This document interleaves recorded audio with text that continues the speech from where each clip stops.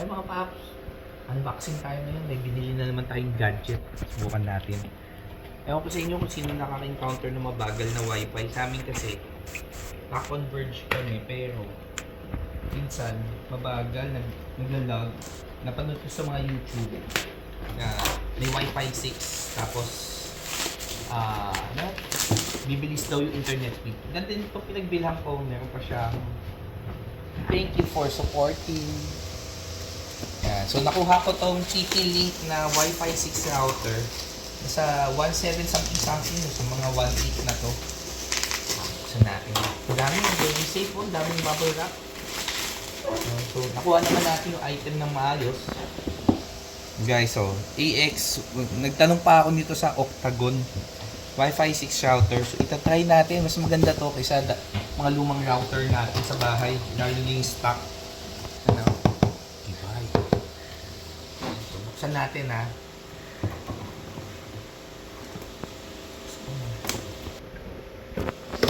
Ayan, so, ayan, buksan na natin. First time kong magbubukas nito. So, hindi ko actually alam kung anong gagawin. Tatry natin. So, yun, ganda niya oh. So, guys, may napakinggan ako. Yung router, isa syempre, di ba, tayo gusto natin maporma. Pag isip-isipan ko, ilang beses mo ba titignan yung router mo sa isang araw pag ginagamit mo? Hindi naman. So, for me, I think okay na to. Hindi man kailangan maporma, pero I think yung TP-Link, maporma, may 4 na siyang antena. Papabilis niya daw yung internet ng bahay. So, try natin. Meron dito daw ipapasok yung galing sa Converge. Tapos, ito yung extra LAN para makakonect sa either TV mo or kung anong modem mo or PS5 mo. Ito. So, ito yung kasama niya. Tapos may kasama siyang power adapter. And itong LAN cable ang importante. Papas, try natin ha. First time natin gagawin. So, plug natin yung power adapter. On natin. Kabit natin dito sa TP-Link. Sabi na madali lang daw to eh. Ida-download pa tayong app pero haven't tried. Okay. Then dito, pasok daw natin to here sa blue one.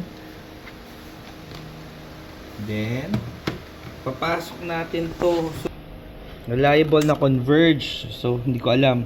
Walang papasok natin dito. Yung isang LAN ko kasi nakakonect yan sa TV. So, lalagay ko dito sa LAN 2 ha. Let's see kung anong mangyari. Sabi nila, nakakonect ka na dito, pupunta na yung connection dito. Ito na magbabato ng internet. So, dito na tayo magko-connect. Hindi na dito. Ha? Papakita natin mamaya yung speed kung paano, pero ginagamit ko pang film yung camera. Siguro sa ibang vlog itatry ko tapos i-update ko kayo mga paps.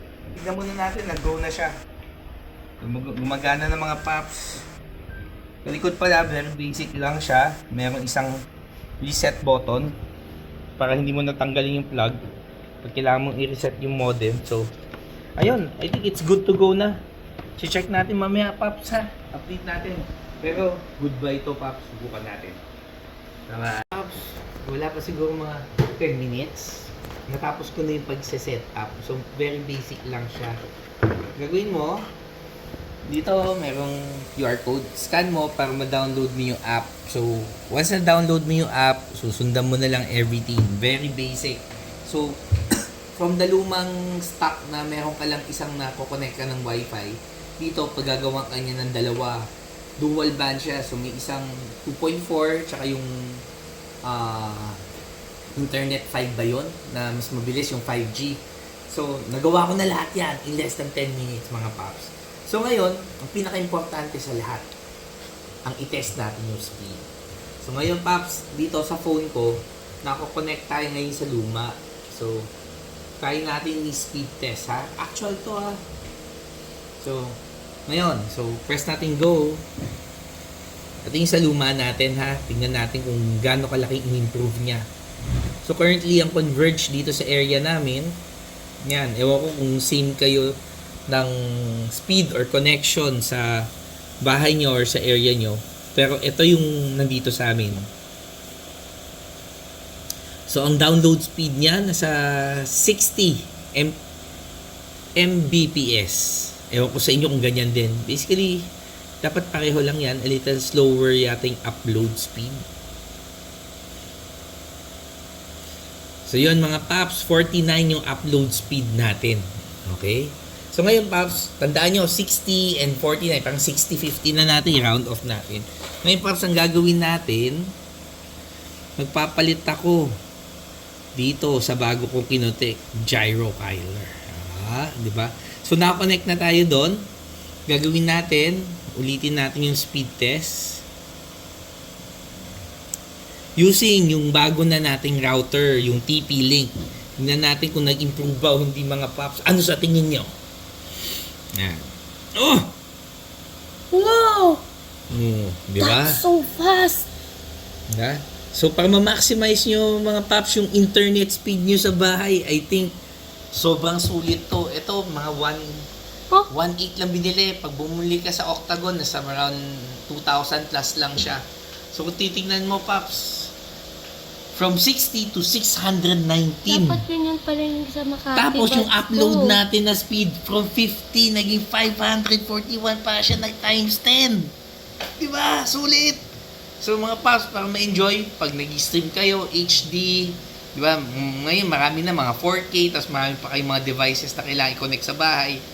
I think paps, ito na yung sagot. Hindi na masyado maglalag. Okay?